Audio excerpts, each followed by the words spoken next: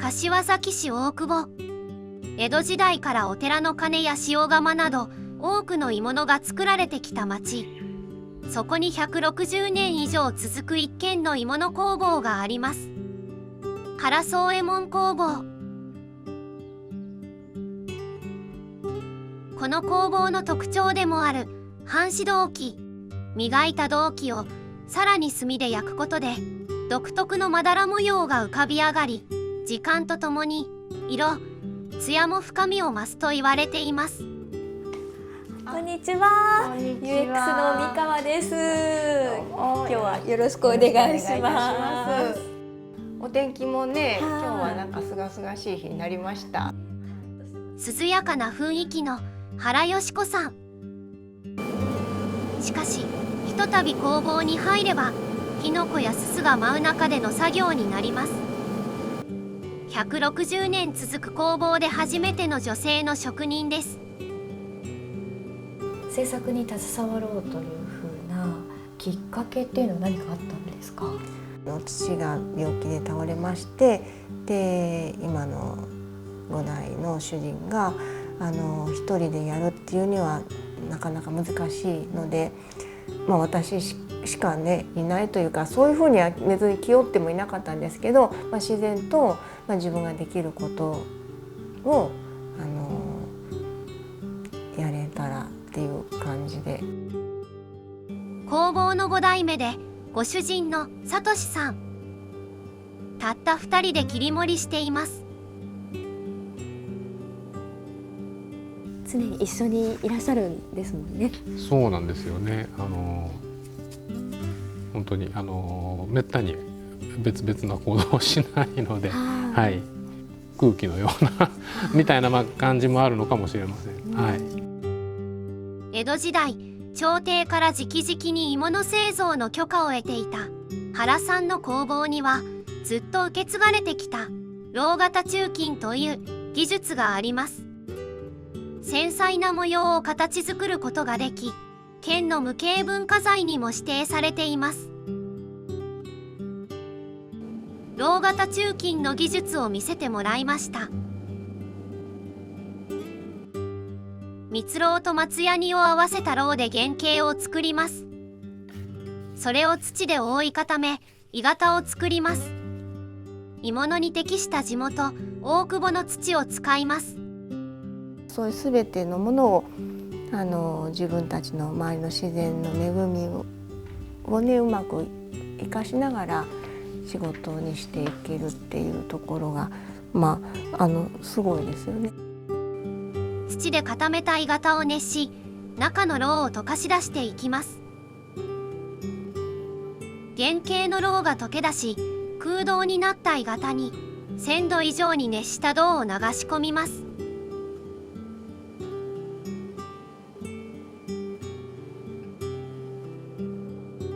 2人で息を合わせ、蝋が溶け出すタイミングと銅を流すタイミングが一致しなければ良いものはできないのだそうです。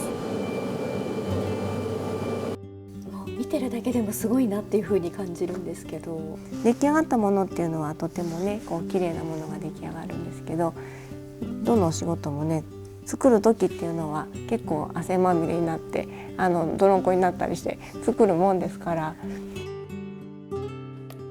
冷えたら外側の型を削り、中の鋳物を取り出していきます。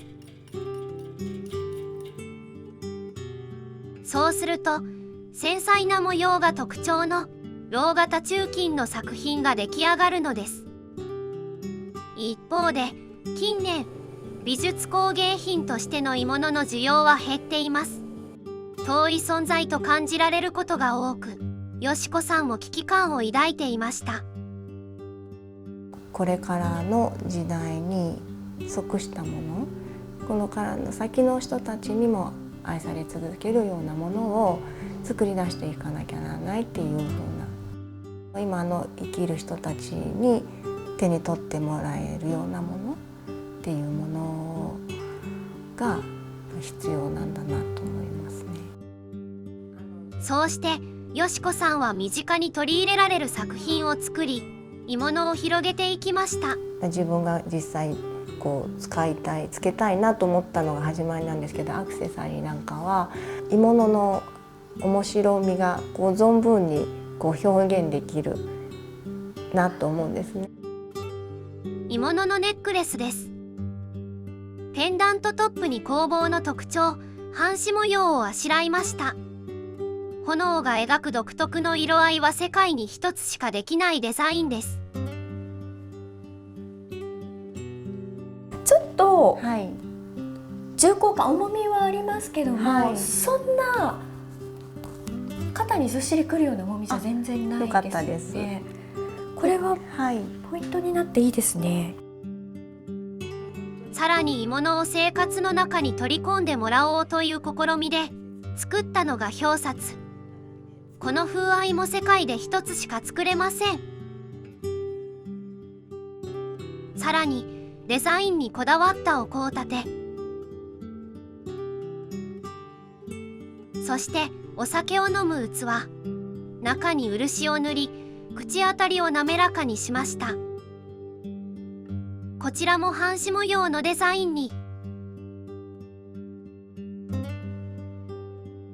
お客様からいただく感想としては、持った時の持ち重りが非常に心地がいいっていうことと、削り込んで口のところを極力ね薄くして、お味がこうスッとストレートに味わっていただけるように作ってますね。この式をドイツで展示したところ高い評価を受け、その後広く海外でも展開することに。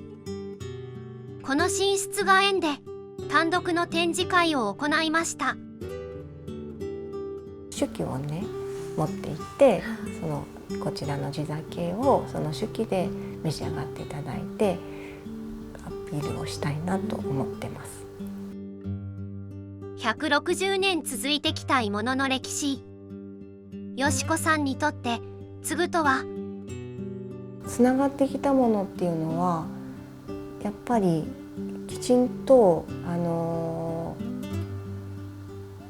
指導だけとかじゃなくて、生きた形でつながってきたからこそ今あると思うんですね。だからこれをきちんと次世代に伝えるっていうことは、生きた形で渡してこそ本当の伝統だなと思いますね。